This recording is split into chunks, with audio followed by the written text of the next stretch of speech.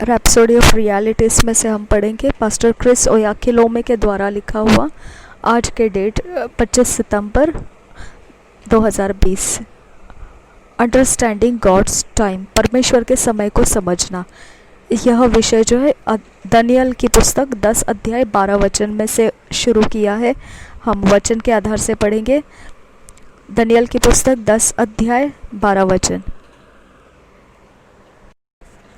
Daniel की पुस्तक 10 अध्याय उसका 12 वचन कहता है, फिर उसने मुझसे कहा, हे दानियल, मत डर, क्योंकि पहले ही दिन को जब तू समझने बूझने के लिए मन लगाया और अपने परमेश्वर के सामने अपने को दीन किया, उसी दिन तेरे वचन सुने गए और मैं तेरे वचनों के कारण आ गया हूँ।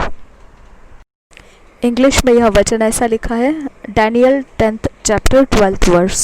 Then said he unto me, Fear not, Daniel, for from the first day that thou didst set thine heart to understand and to chasten thyself before thy God, thy words were heard. We were in a very special dispensation in God's kingdom. हम जो है बहुत ख़ास समय से गुज़र रहे हैं, जो परमेश्वर के राज्य का एक विशिष्ट समय के ठहराया हुआ समय जो है उसमें से हम गुज़र रहे हैं। Through the knowledge of the word we are guided by the spirit to walk in accordance with his plan and timing. परमेश्वर के वचन के ज्ञान के द्वारा उसका पवित्र आत्मा हमको अगुवाई करता है परमेश्वर की योजना और समय के अनुसार चलने के लिए। फॉर एग्जाम्पल, उदाहरण के तौर पर, इन Daniel 9 the Bible tells us that Daniel, while in exile with the children of Israel, understood God's timing as he studied the writings of Jeremiah the prophet. उदाहरण के तौर पर हम देख सकते हैं दानियल की पुस्तक 9 अध्याय में पवित्र बाइबल ऐसा बताता है, जब दानियल अपने जो इज़राइल के संतान थे उसके साथ कूच कर रहा था, उस समय उसको परमेश्वर का समय उसने यिर्मयाह भविष्यद्वक्ता के लिखी हुई बातों में से समझ लिया, उसमें से उसने पढ़कर सीख लिया। He found out they were meant to be in that captivity for 70 years. उसके अंदर से उसने ये जाना कि जो इज़राइल की संतान जो है वो 70 साल तक बंधुआई में पड़ी रहेगी। And had almost exhausted their time in captivity. और उनके समय के तनाव में लगभग वो पूरी तरह से ख़त्म हो जा रहे, इस तरह की अवस्था तक पहुँचेंगे। However, as nothing seemed to be changing, और जबकि कुछ भी बदलता हुआ नहीं दिख रहा था, Daniel decided to seek the Lord in fasting and prayer to bring God's program into reality. फिर दानियल ने फैसला किया कि परमेश्वर के सम्मुख जाना है और फिर उपवास और प्रार्थना के द्वारा परमेश्वर की योजना असलियत में लेकर आना है। In the closing days of Jesus ministry in Israel, जब नज़दीकी दिन थे यीशु मसीह की जो सेवकाई हो रही थी इस्राएल के देश में, he wept over Jerusalem, वह यरूशलेम के ऊपर रो पड़ा, because they did not know the time of their visitation. इसका कारण ये था कि वह अपने समय के आने के विषय में जानकारी नहीं रखते थे। The Lord whom they had been waiting for had come to them. जिस प्रभु के वो इंतज़ार लगाए हुए बैठे थे वह आ भी गया है, but they didn't know it. परंतु उन्होंने उसको जाना नहीं, पहचाना नहीं। Many are like that today. आज ऐसे ही बहुत तेरे हैं। Make it your priority to be in sync with God's will. आपने अपना प्रमुख ऐसा यह समय को समझने का विषय रखना चाहिए परमेश्वर की इच्छा के साथ एक होने से। And timing for your life, परमेश्वर की इच्छा और परमेश्वर का समय आपके जीवन में समझने का आपने प्रमुख ऐसा ठहराना चाहिए। स्टडी द स्क्रिप्चर्स एविडली, गहराई से परमेश्वर के वचन को आप अभ्यास करें। And give time to prayer, और प्रार्थना में समय दीजिए। We are sent by God to enforce his will in the earth. हमको परमेश्वर ने भेजा है कि हम परमेश्वर को जो चाहिए वही इच्छा पृथ्वी के ऊपर ज़बरदस्ती से लेकर आना है। Using the name of Jesus and the power of the Holy Spirit, प्रभु यीशु मसीह के नाम का उपयोग करते हुए और पवित्र आत्मा के सामर्थ्य से।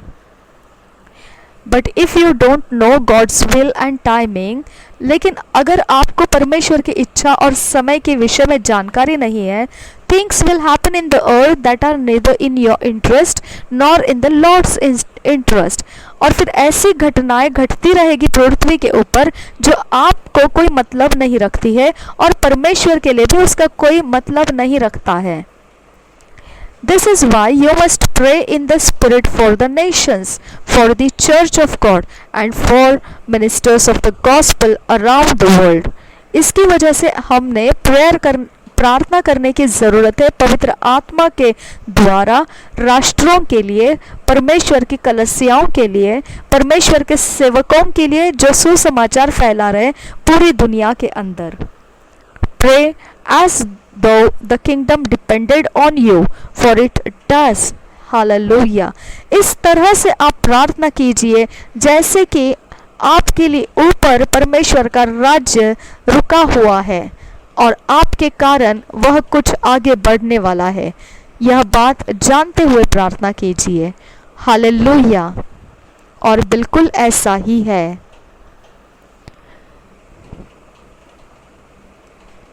प्रार्थना। प्रेशियस फादर, आप इंग्लिश में पहले दोहराइए फिर हिंदी में। प्रेशियस फादर, बहुमूल्य पिता, thank you for seasons of the miracles. धन्यवाद उन समयों के लिए जिसमें चमत्कार होते हैं, and manifestations of your works, और आपके काम प्रकट होते हैं, and blessings like never before, और आशीषें जैसे पहले कभी नहीं रही, which will culminate in the rapture of the church। ऐसा जो अभी प्रभु यीशु मसीह के उठा लिए जाने वाले कलीसियाओं के अंदर होना है। I pray, मैं प्रार्थना करता हूँ for the saints, संतों के लिए, around the world, पूरी दुनिया में, who are facing, जो सामना कर रहे हैं severe persecutions and injustice, गहरे सतावट और अन्याय को, that they be, कि वो strengthened to, सामर्थ्य से भर जाए, stand firm, मजबूती से अड़े रहने के लिए, in all the will of God, परमेश्वर की संपूर्ण इच्छा में, इन जीसस नेम, प्रभु यीशु मसीह के नाम से, आमीन आमीन। अब हम पढ़ेंगे दनियल की पुस्तक 9 अध्याय का 2 से लेकर 4 वचन, पहले पत्रस का 5 अध्याय 8 से लेकर 9 वचन, और पहले इतिहास की पुस्तक 12 अध्याय 32 वचन। Daniel 9th chapter 2 to 4, 1 Peter 5th chapter 8 to 9, 1 Chronicles 12th chapter 32 verse। हम पढ़ेंगे इसे। पहले हम इंग्लिश में पढ़ेंगे फिर हिंदी में पढ़ेंगे। दनियल 9 अध्याय उसका 2 से 4 वचन इंग्लिश में पढ़ेंगे। 9th chapter 2 to 4। मैं किंग जेम्स वर्शन में से पढ़ रही हूँ। In the first year of his reign, I, Daniel, understood by books the number of the years whereof the word of the Lord came to Jeremiah the prophet, that he would accomplish 70 years in the desolations of Jerusalem. And I set my face unto the Lord God to seek by prayer and supplications with fasting and sackcloth and ashes. And I prayed unto the Lord my God and my confession, and said, O Lord, the great and dreadful God, keeping the covenant and mercy to them that love him, and to them that keep his commandments. यही वचन को हम हिंदी में पढ़ेंगे।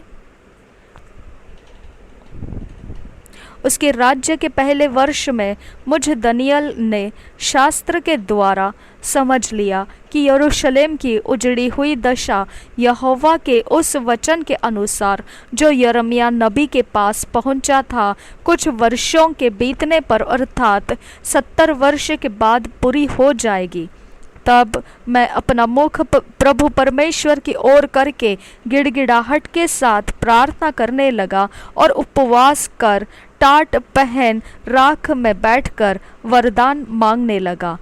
मैंने अपने परमेश्वर यहोवा से इस प्रकार प्रार्थना की और पाप का अंगीकार किया, हे प्रभु, तुम महान और भय योग्य परमेश्वर है, जो अपने प्रेम रखने और आज्ञा मानने वालों के साथ अपनी वाचा को पूरा करता और करुणा करता रहता है। अगला वचन जो है वो 1 पीटर 5 चैप्टर 8 और 8 and 9 वर्सेस। पहला पत्रस 5 अध्याय 8 और 9 वचन। Be sober, be vigilant, because your adversary the devil, as a roaring lion, walketh about, whom resist steadfast in the faith, knowing that the same afflictions are accomplished in your brethren that are in the world.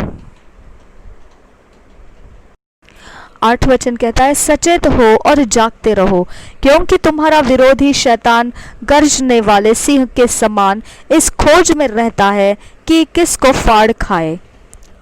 विश्वास में दृढ़ होकर और यह जानकर उसका सामना करो कि तुम्हारे भाई जो संसार में है ऐसे ही दुख सह रहे हैं। मैंने पहले पत्रस 5 अध्याय 8 और 9 वचन पढ़ा। इंग्लिश में पढ़ेंगे। 1 Chronicles 12th chapter 32 verse। And of the children of Issachar, which were men that had understanding of the times, to know what Israel ought to do, the heads of them were 200, and all their brethren were at their commandment। पहला इतिहास 12 अध्याय 32 वचन पढ़ेंगे हिंदी में। इस्साकारियों में से जो समय को पहचानते थे कि इस्राएल को क्या करना उचित है, उनके प्रधान 200 थे और उनके सब भाई उनकी आज्ञा में रहते थे। जो 1 साल का बाइबल रीडिंग प्लान दिया है यहाँ पर, उसमें आज का जो वचन है अध्याय है वो एफिशियंस 2nd chapter 11 to 22, इफिसियों की पत्री 2 अध्याय 11 से 22 वचन, और आइज़िया 15 to 18 चैप्टर्स, और यशायाह का 15 से 18 अध्याय। हम पहले इंग्लिश में पढ़ेंगे फिर हिंदी में।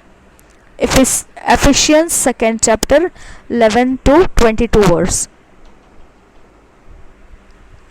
Wherefore remember that ye being in time past Gentiles in the flesh, who are called uncircumcision by that which is called the circumcision in the flesh made by hands, that at that time ye were without Christ, being aliens from the commonwealth of Israel, and strangers from the covenants of promise, having no hope and without God in the world। But now in Christ Jesus, ye who sometimes were far off are made nigh by the blood of Christ.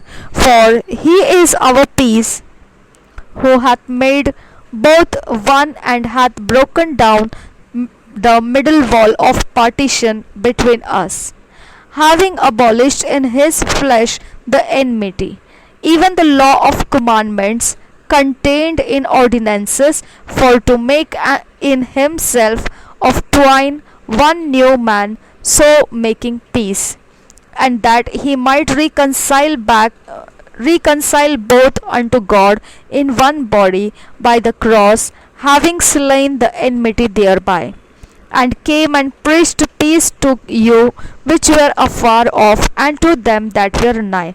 For through him we both have access by one Spirit unto the Father. Now therefore ye are no more strangers and foreigners, but fellow citizens with the saints and of the household of God, and are built upon the foundation of the apostles and prophets, Jesus Christ himself being the chief cornerstone, in whom all the building fitly framed together groweth unto an holy temple in the Lord, in whom ye also are builded together for an habitation of God through the Spirit. इफिसियों की पत्री 2 अध्याय 11 से 22 वचन हम पढ़ेंगे। इस कारण स्मरण करो कि तुम जो शारीरिक रीति से अन्य जाति हो, और जो लोग शरीर में हाथ के किए हुए खतने से खतना वाले कहलाते हैं, वे तुमको खतना रहित कहते हैं। तुम लोग उस समय मसीह से अलग और इसराइल के प्रजा के पद से अलग किए हुए और प्रतिज्ञा की वाचाओं के भागी न थे, और आशाहीन और जगत में ईश्वर रहित थे। पर अब मसीह यीशु में तुम जो पहले दूर थे, मसीह के लहू के द्वारा निकट हो गए हो, क्योंकि वही हमारा मेल है, जिसने दोनों को एक कर लिया और अलग करने वाली दीवार को जो बीच में थी ढा दिया, और अपने शरीर में बैर अर्थात वह व्यवस्था जिसकी आज्ञाएं विधियों की रीति पर थी मिटा दिया, कि दोनों से अपने में एक नया मनुष्य उत्पन्न करके मेल करा दे, और क्रूस पर बैर को नाश करके इसके द्वारा दोनों को एक देह बनाकर परमेश्वर से मिलाए। उसने आकर तुम्हें जो दूर थे और उन्हें जो निकट थे, दोनों को मेल मिलाप का सुसमाचार सुनाया, क्योंकि उसी के द्वारा हम दोनों की एक आत्मा में पिता के पास पहुंच होती है। इसलिए तुम अब विदेशी और मुसाफिर नहीं रहे, परंतु पवित्र लोगों के संगी, स्वदेशी और परमेश्वर के घराने के हो गए, और प्रेरितों और भविष्यद्वक्ताओं की नींव पर, जिसके कोने का पत्थर मसीह यीशु स्वयं ही है, बनाए गए हो, जिसमें सारी रचना एक साथ मिलकर प्रभु में एक पवित्र मंदिर बनती जाती है, जिसमें तुम भी आत्मा के द्वारा परमेश्वर का निवास स्थान होने के लिए एक साथ बनाए जाते हो। Isaiah 15th chapter 16th 17th 18th English में पढ़ेंगे। किंग जेम्स वर्जन में से मैं पढ़ रही हूँ। 15th चैप्टर से शुरू करेंगे। The burden of Moab, because in the night Ar of Moab is laid waste and brought to silence, because in the night care of Moab is laid waste and brought to silence. He is gone up to Bajit and to Dibon, the high places, to weep. Moab shall howl over Nebo and over Medeba. On all their heads shall be baldness, and every beard cut off. In their streets they shall gird themselves with sackcloth on the tops of their houses, and in their streets every one shall howl, weeping abundantly. And Heshbon shall cry, and Eliale their voice shall be heard even unto Jahaz. Therefore the armed soldiers of Moab shall cry out, his life shall be grievous unto him. My heart shall cry out for Moab, his fugitives shall flee unto Zoar, an heifer of 3 years old. For by the mounting of up of Luhith with weeping shall they go it up, and for in the way of Horonaim they shall raise up a cry of destruction. For the waters of Nimrim shall be desolate, for the hay is withered away, the grass faileth, there is no green thing. Therefore the abundance they have gotten, and that which they have laid up, shall they carry away to the brook of the willows. For the cry is gone round about the borders of Moab, the hauling thereof unto Eglaim, and the hauling thereof unto Beeralim. For the waters of Dimon shall be full of blood. For I will bring more upon Dimon, lions upon him that escapeth of Moab, and upon the remnant of the land. 16 अध्याय. Send ye the lamb to the ruler of the land from Selah to the wilderness, unto the mount of the daughter of Zion. For it shall be that as a wandering bird cast out of the nest, so the daughters of Moab shall be at the fords of Arnon. Take the counsel, execute judgment, make thy shadow as the night in the midst of the noonday. Hide the outcast, bewray not him that wandereth. Let mine outcast dwell with thee, Moab, be thou a covert to them from the face of the spoiler, from the extortion is at an end. The spoiler ceaseth, the oppressors are consumed out of the land, and in mercy shall the throne be established, and he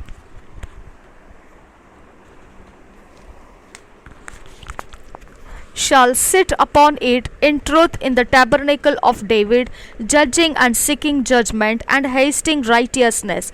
We have heard of the pride of Moab. He is very proud, even of his haughtiness and his pride and his wrath, but his lies shall not be so. Therefore shall Moab howl for Moab. Everyone shall howl. For the foundations of Kirhareseth shall ye mourn. Surely they are stricken. For the fields of Heshbon languish, and the wine of Sibmah. The lords of the heathen have broken down the principal plants thereof. They are come even unto Jazer. They wandered through the wilderness. Her branches are stretched out. They are gone over the sea. Therefore I will bewail with the weeping of Jazer, the wine of Sibmah. I will water thee with my tears, O Heshbon and Elialah. For the shouting for thy summer fruits and for thy harvest is fallen, and gladness is taken away, and joy out of the plentiful field, and in the vineyards there shall be no singing, neither shall there be shouting. The treaders shall tread out no wine in their presses. I have made their vintage shouting to cease. Wherefore my bowels shall sound like an harp for Moab, and mine inward parts for Kirharesh. And it shall come to pass, 12th verse मैं पढ़ रही हूँ, 12 वचन. And it shall come to pass, when it is seen that Moab is weary on the high place, that he shall come to his sanctuary to pray, but he shall not prevail. This is the word that the Lord hath spoken concerning Moab since that time. But now the Lord hath spoken, saying, within 3 years, as the years of an hireling, and the glory of Moab shall be contemned with all that great multitude, and the remnant shall be very small and feeble. 17th chapter. The burden of Damascus. Behold, Damascus is taken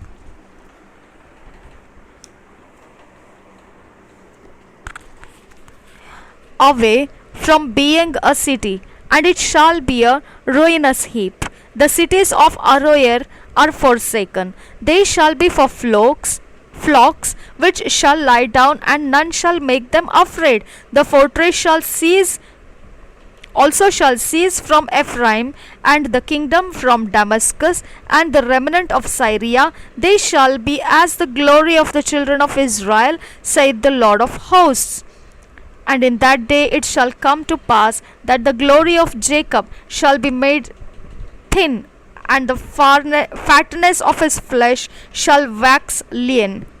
And it shall be as when the harvestman gathereth the corn, and reapeth the ears with his arm, and it shall be as he that gathereth ears in the valley of Rephaim. Yet gleaning grapes shall be left in it, as the shaking of an olive tree. 2 or 3 berries in the top of the uppermost bough, 4 or 5 in the outmost fruitful branches thereof, saith the Lord God of Israel. At that day shall a man look to his Maker, and his eyes shall have respect to the Holy One of Israel. And he shall not look to the altars, the work of his hands, neither shall respect that which his fingers have made, either the groves or the images. In that day shall his strong cities be as a forsaken bough, and an uppermost branch which they left because of the children of Israel, and there shall be desolation. Because thus hast forgotten the God of thy salvation, and hast not been mindful of the rock of thy strength, therefore shalt thou plant pleasant plants, and shalt set it with strange slips. In the day shalt thou make thy plant to grow, and in the morning shalt thou make thy seed to flourish. But the harvest shall be a heap in the day of grief and of desperate sorrow. Woe to the multitude of many people, which make a noise like the noise of the seas, and to the rushing of nations, that make a rushing like the rushing of mighty waters.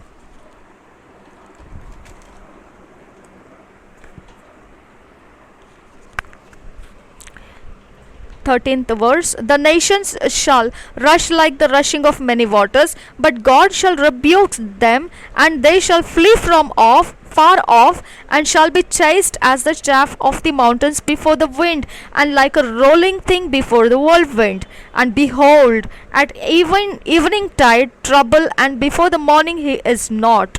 This is the portion of them that spoil us, and the lot of them that rob us. 18th chapter. Woe to the land shadowing with wings, which is beyond the rivers of Ethiopia, that sendeth ambassadors by the sea, even in vessels of bulrushes upon the waters, saying, Go, yes, swift messengers to a nation scattered and peeled, to a people terrible from their beginning hitherto, a nation meted out and trodden down, whose land the rivers have spoiled. All ye inhabitants of the world, and dwellers on the earth, see ye, when he lifted up an ensign on the mountains, and when he bloweth a trumpet, hear ye.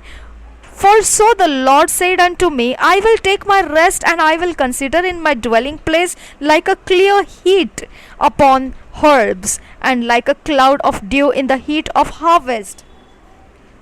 5th verse, Panchva Vachan. For afore the harvest, when the bud is perfect, and the sour grape is ripening in the flower, he shall both cut off the sprigs with pruning hooks, and take away and cut down the branches. They shall be left together unto the fowls of the mountains, and to the beasts of the earth, and the fowls shall summer upon them, and all the beasts of the earth shall winter upon them. In that time, 7th verse, the present be brought unto the Lord of hosts of a people scattered and peeled, and from a people terrible from their beginning hitherto, a nation meted out and trodden under foot, whose land the rivers have spoiled, to the place of the name of the Lord of hosts, the Mount Zion.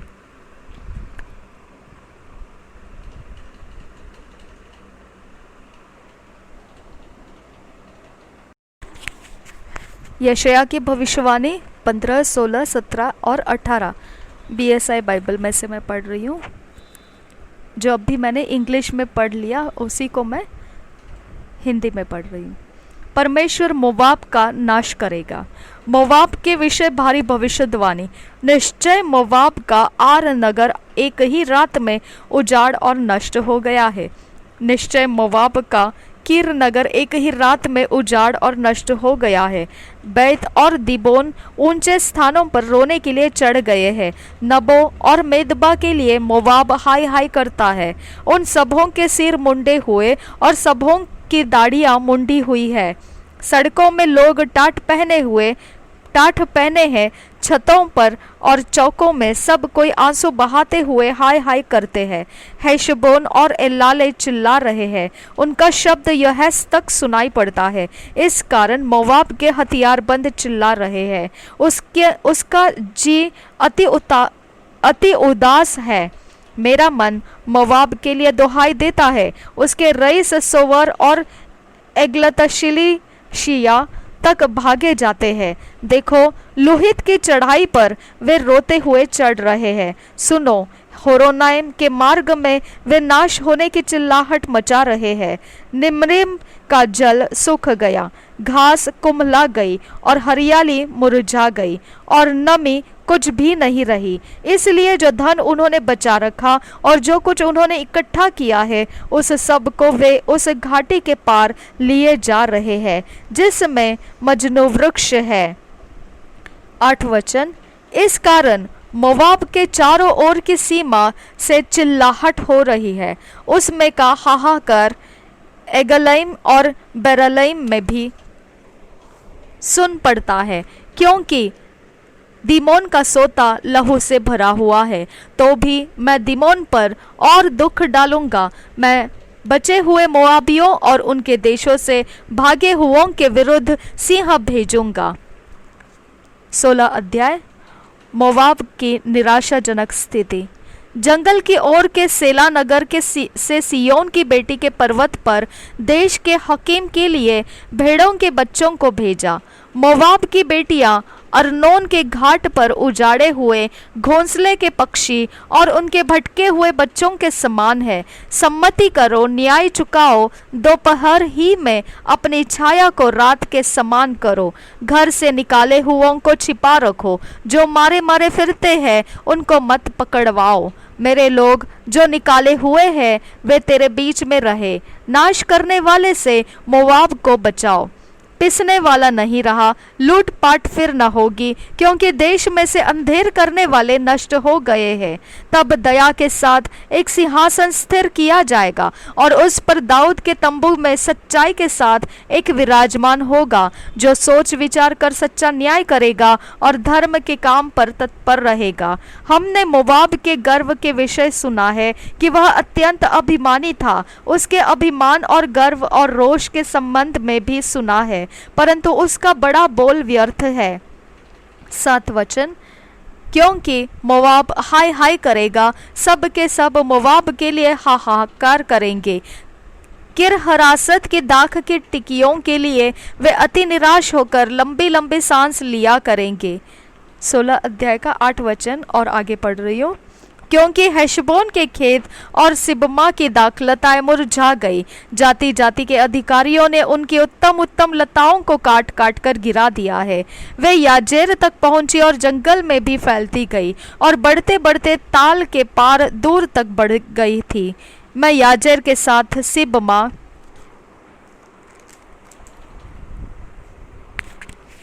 के दाखलताओं के लिए भी रोऊंगा। हे Heshbon और एलाले, मैं तुम्हें अपने आंसुओं से सींचूंगा, क्योंकि तुम्हारे धूपकाल के फलों के और अनाज के कटनी के समय की ललकार सुनाई पड़ी है। फलदायी बारियों में से आनंद और मगनता जाती रही। दाख की बारियों में गीत न गाया जाएगा, न हर्ष का शब्द सुनाई देगा, और दाखरस के कुंडों में कोई दाख न रौंदेगी, क्योंकि मैं उनके हर्ष के शब्द को बंद करूंगा। इसलिए मेरा मन मोवाब के कारण और मेरा हृदय किरहेरेस के कारण वीणा का सा क्रंदन करता है। और जब मोवाब ऊंचे स्थान पर मुंह दिखाते दिखाते थक जाए और प्रार्थना करने को अपने पवित्र स्थान में आए तो उसे कुछ लाभ न होगा। यही वह बात है जो यहोवा ने इससे पहले मोवाब के विषय में कही थी। परंतु अब यहोवा ने यों कहा है, मजदूरों के वर्षों के समान 3 वर्ष के भीतर मोवाब का वैभव और उसकी भीड़ भाड़ सब तुच्छ ठहरेगी, और थोड़े जो बचेंगे उनका कोई बल न होगा। 17 अध्याय। परमेश्वर दमिश्क और इस्राएल को दंड देगा। दमिश्क के विषय भारी भविष्यवाणी। देखो, दमिश्क नगर न रहेगा, वह खंडहर ही खंडहर हो जाएगा। अरोएर के नगर निर्जन हो जाएंगे, वे पशुओं के झुंडों की चराई बनेंगे, पशु उनमें बैठेंगे और उनका कोई भागने वाला न होगा। अप्रैम के गढ़ वाले नगर और दमिश्क का राज्य और बचे हुए अरामी तीनों भविष्य में न रहेंगे, और जो दशा इस्राएलियों के वैभव की हुई वही उनकी होगी। सेनाओं के यहोवा की यही वाणी है। उस समय चौथा वचन, 17 अध्याय का चौथा वचन पढ़ रही हूँ मैं आगे। उस समय याकूब का वैभव घट जाएगा और उसकी मोटी देह दुबली हो जाएगी, और ऐसा होगा जैसा लवने वाला अनाज काटकर बालों को अपनी अंकवार में समेटे या रपाइम नामक तराई में कोई सिला बिनता हो। तो भी जैसे जैतून वृक्ष के झड़ते समय कुछ फल रह जाती है, अर्थात फुनगी पर 2-3 फल और फलवंत डालियों में कहीं कहीं 4-5 फल रह जाते हैं, वैसे ही उनमें सिला बिनाई होगी। इस्राएल के परमेश्वर यहोवा की यही वाणी है। उस समय मनुष्य अपने कर्ता की ओर दृष्टि करेगा और उसकी आंखें इस्राएल के पवित्र की ओर लगी रहेगी। वह अपनी बनाई हुई वेदियों की ओर दृष्टि न करेगा और न अपनी बनाई हुई अशेरा नामक मूर्तों या सूर्य की प्रतिमाओं की ओर देखेगा। उस समय उनके गढ़ने वाले नगर, घने वन और उनके निर्जन स्थान पहाड़ों की चोटियों के समान होंगे, जो इस्राएलियों के डर के मारे छोड़ दिए गए थे, और वे उजाड़ पड़े रहेंगे, क्योंकि तू अपने उद्धारकर्ता परमेश्वर को भूल गया और अपनी दृढ़ चट्टान का स्मरण नहीं रखा। इस कारण चाहे तो मन भावने पौधे लगाए और विदेशी कलम जमाए, चाहे रोपने के दिन तू उनके चारों ओर बाड़ा बांधे और सवेरे ही को उनमें फूल खिलने लगे, तो भी संताप और असाध्य दुख के दिन उसका फल नष्ट हो जाएगा। 12 वचन के आगे पढ़ रहे। शत्रु राष्ट्रों की पराजय। हाय हाय, देश देश के बहुत से लोगों का कैसा नाद हो रहा है। वे समुद्र की लहरों के समान गरजते हैं। राज्य राज्य के लोगों का कैसा गर्जन हो रहा है। वे प्रचंड धारा के समान नाद करते हैं। राज्य राज्य के लोग बाढ़ के बहुत से जल के समान नाद करते हैं, परंतु वह उनको घुड़केगा और वे दूर भाग जाएंगे और ऐसे उड़ाए जाएंगे जैसे पहाड़ों पर की भूसी वायु से और धूल बवंडर से घुमाकर उड़ाई जाती है। सांझ को देखो घबराहट है और भोर से पहले वे लोप हो गए हैं। हमें नाश करने वालों का भाग और हमें लूटने वाले की यही दशा होगी। 18 वचन, 18 अध्याय। परमेश्वर कुश को दंड देगा। 18 अध्याय को हम पढ़ रहे पहले वचन से। हाय पंखों की फड़फड़ाहट से भरे हुए देश, तू जो कुश की नदियों से परे है और समुद्र पर दूतों को नरकट की नावों में बैठा कर जल के मार्ग से यह कह के भेजता है, हे फुर्तीले दूतों, उस जाति के पास जाओ जिसके लोग बलिष्ठ और सुंदर है, जिनसे दूर और पास के सारे लोग डरते हैं, जो सामर्थी और रौंदने वाले भी है और जिनका देश नदियों से विभाजित किया हुआ है। हे जगत के सब रहने वालों, तीसरे वचन से पढ़ रही हूँ आगे, 18 अध्याय के तीसरे वचन से आगे पढ़ रही हूँ।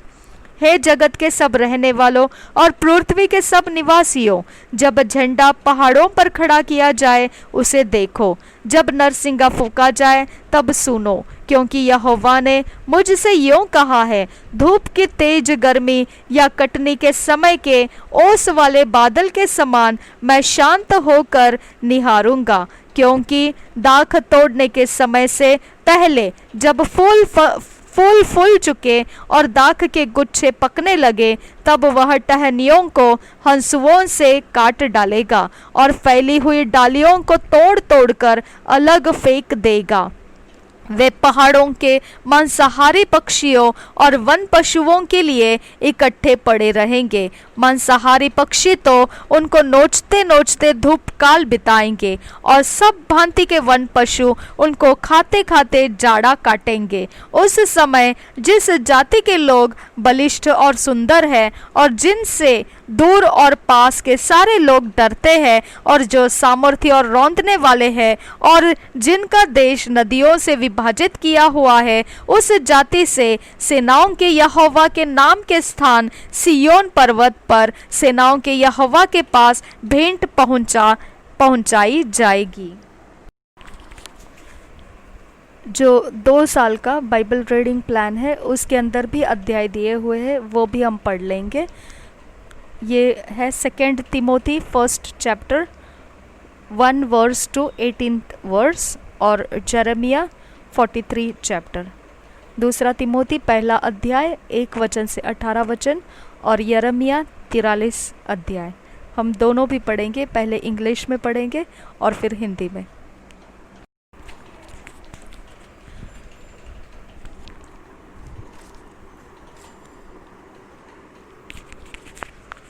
दूसरा तिमोथी 2 तिमोथी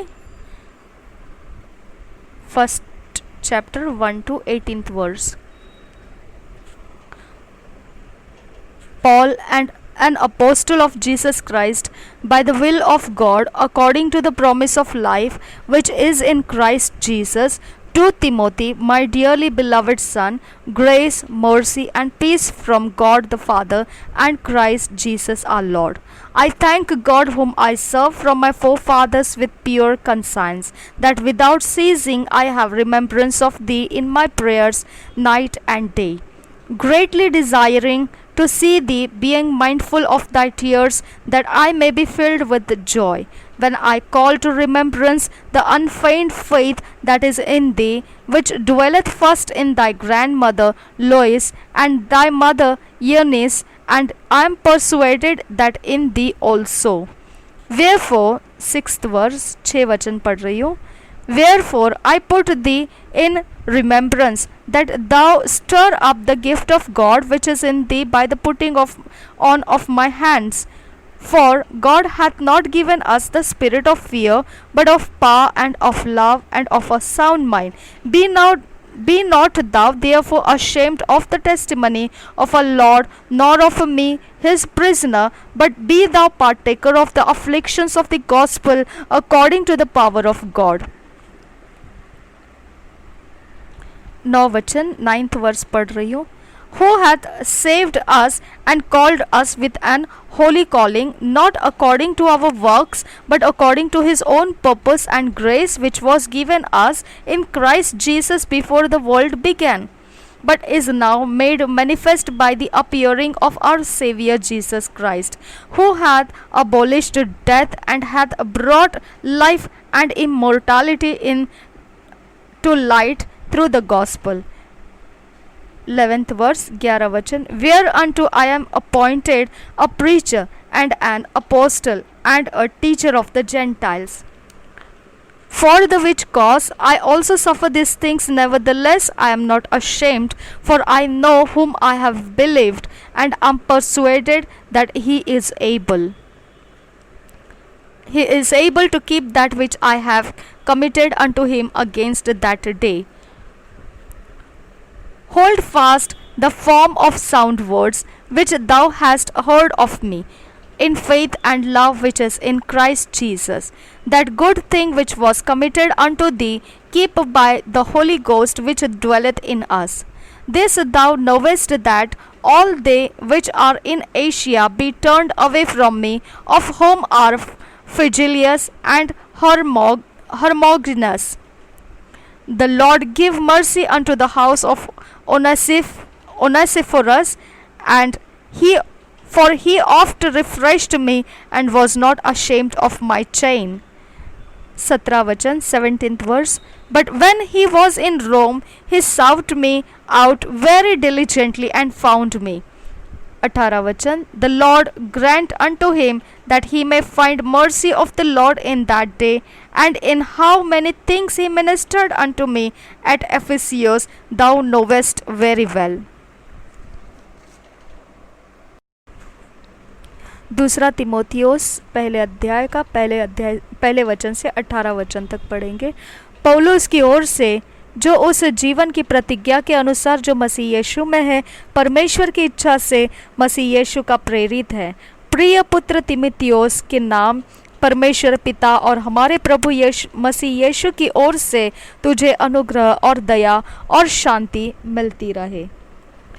जिस परमेश्वर की सेवा मैं अपने बाप दादों की रीति पर शुद्ध विवेक से करता हूँ, उसका धन्यवाद हो कि मैं अपनी प्रार्थनाओं में तुझे लगातार स्मरण करता हूँ और तेरे आंसुओं की सुधि कर कर के रात दिन तुझसे भेंट करने की लालसा रखता हूँ कि आनंद से भर जाऊँ. मुझे तेरे उस निष्कपट विश्वास की सुधि आती है जो पहले तेरी नानी लोइस और तेरी माता यूनिके में था, और मुझे निश्चय है कि तुझ में भी है. इसी कारण मैं तुझे सुधि ले दिलाता हूँ कि तू परमेश्वर के उस वरदान को जो मेरे हाथ रखने के द्वारा तुझे मिला है प्रज्वलित कर दे. 7 वचन, क्योंकि परमेश्वर ने हमें भय की नहीं पर सामर्थ और प्रेम और संयम की आत्मा दी है. इसलिए हमारे प्रभु की गवाही से और मुझसे जो उसका कैदी हूँ लज्जित न हो, पर उस परमेश्वर के सामर्थ के अनुसार सुसमाचार के लिए मेरे साथ दुख उठा, जिसने हमारा उद्धार किया और पवित्र बुलाहट से बुलाया, और यह हमारे कामों के अनुसार नहीं पर उसके उद्देश्य और उस अनुग्रह के अनुसार है जो मसीह यीशु में सनातन से हम पर हुआ है. पर अब हमारे उद्धारकर्ता मसीह यीशु के प्रकट होने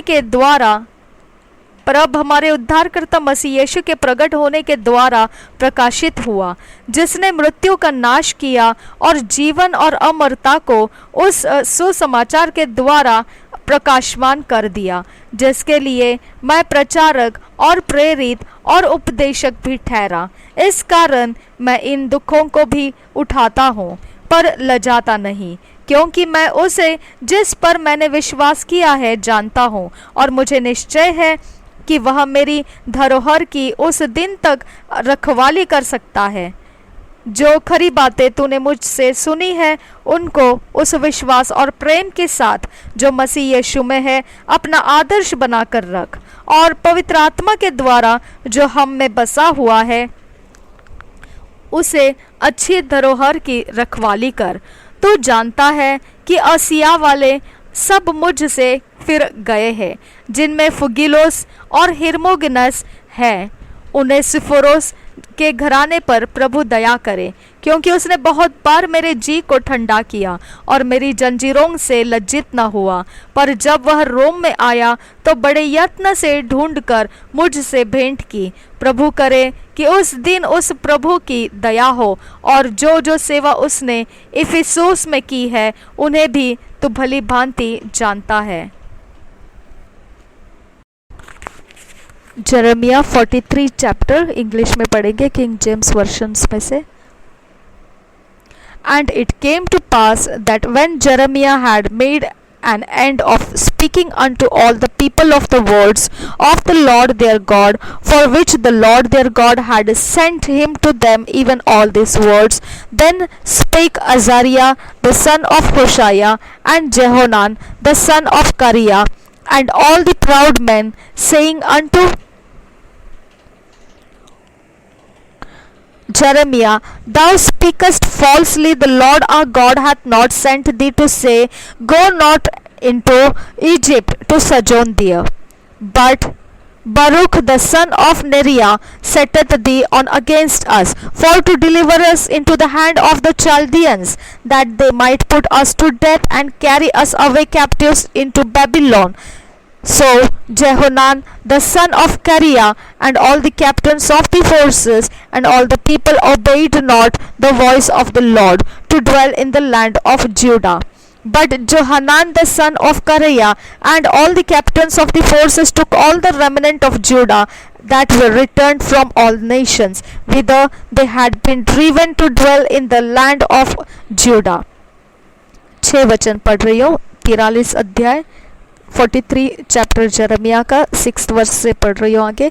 Even men and women and children and the king's daughters and every person that Nebuzaradan the captain of the guard had left with Gedaliah the son of Ahikam the son of Shaphan and Jeremiah the prophet and Baruch the son of Neriah. So they came into the land of Egypt, for they obeyed not the voice of the Lord. Thus came they even to Tanpanhes. Then came the word of the Lord unto Jeremiah in Tanpanhes, saying, Take great stones in thy hand, and hide them in the clay in the bricklim, which is at the entry of Pharaoh's house in Tapenhes, in the sight of men of Judah, and say unto them, Thus saith the Lord of hosts, the God of Israel, Behold, I will send and take Nebuchadnezzar, the king of Babylon, my servant, and will set his throne upon these stones that I have hid, and he shall spread his royal pavilion over them. And when he cometh, he shall smite the land of Egypt, and deliver such as are for death to death, and such as are for captivity to captivity, and such as are for the sword to the sword. And I will kindle a fire in the house of the gods of Egypt, and he shall burn them and carry them away captives, and he shall array himself with the land of Egypt as a shepherd putteth on his garment, and he shall go forth from thence in peace. He shall break also the images of Beth Shemesh that is in the land of Egypt, and the houses of the gods of the Egyptians shall be burned with fire. 43 अध्याय यिर्मयाह की भविष्यवाणी। यिर्मयाह का मिस्र को ले जाया जाना। जब यिर्मयाह उनके परमेश्वर यहोवा के वे सब वचन कह चुका जिनके कहने के लिए उसने उसको उन सब लोगों के पास भेजा था, तब होशाया के पुत्र अजरिया और कोरेह के पुत्र योहनान और सब अभिमानी पुरुषों ने यिर्मयाह से कहा, तू झूठ बोलता है, हमारे परमेश्वर यहोवा ने तुझे यह कहने के लिए नहीं भेजा, मिस्र में रहने के लिए मत जाओ, परंतु नरैया का पुत्र बारूक तुझको हमारे विरुद्ध उकसाता है कि हम कसदियों के हाथ में पड़े और वे हमको मार डाले या बंदी बनाकर बेबीलोन को ले जाए। इसलिए कोरह का पुत्र योहनान और दलों के सब प्रधानों और सब लोगों ने यहोवा की यह आज्ञा न मानी कि वे यहूदा के देश में ही रहे। पर कोरह का पुत्र योहनान और दलों के और सब प्रधान उन सब यहूदियों को जो अंत जातियों के बीच तितर बितर हो गए थे और उनमें से लौटकर यहूदा देश में रहने लगे थे, वे उनको ले गए। पुरुष, स्त्री, बाल बच्चे, राजकुमारियां और जितने प्राणियों को अंगरक्षकों के प्रधान नबूजरदान ने गदल्याह को जो अहिकाम का पुत्र और शापान का पोता था सौंप दिया था, उनको और यिर्मयाह भविष्यद्वक्ता और नेरिय्याह के पुत्र बारूक को वे ले गए और यहोवा की आज्ञा न मानकर वे मिस्र देश में तहपनेस नगर तक आ गए। तब यहोवा का यह वचन तहपनेस में यिर्मयाह के पास पहुंचा, अपने हाथ में बड़े पत्थर ले और यहूदी पुरुषों के सामने इस ईंटे के चबूतरे में जो तहपनेस के में फिरौन के भवन के द्वार के पास है चूना फेर के छिपा दे। और उन पुरुषों से कहे, इस्राएल का परमेश्वर सेनाओं का यहोवा योग कहता है, देखो मैं बाबिलोन के राजा अपने सेवक नबूकदनेस्सर को बुलवा भेजाऊंगा और वह अपना सिंहासन इन पत्थरों के ऊपर जो मैंने छिपा रखे हैं रखेगा और अपना छत्र इनके ऊपर तनवाएगा। वह आके मिस्र देश को मारेगा। तब जो मारने वाले हो वे मृत्यु के वश में, जो बंदी होने वाले हो वे बंधुआई में, और जो तलवार के लिए है वे तलवार के वश में कर दिए जाएंगे। मैं मिस्र के देवालयों में आग लगाऊंगा और वह उन्हें फुकवा देगा और बंधुआई में ले जाएगा, और जैसा कोई चरवाहा अपना वस्त्र ओढ़ता है वैसा ही वह मिस्र देश को समेट लेगा और तब बेखटके चला जाएगा। वह मिस्र देश के सूर्य ग्रह के खंभों को तोड़वा डालेगा और मिस्र के देवालयों को आग लगाकर फुकवा देगा।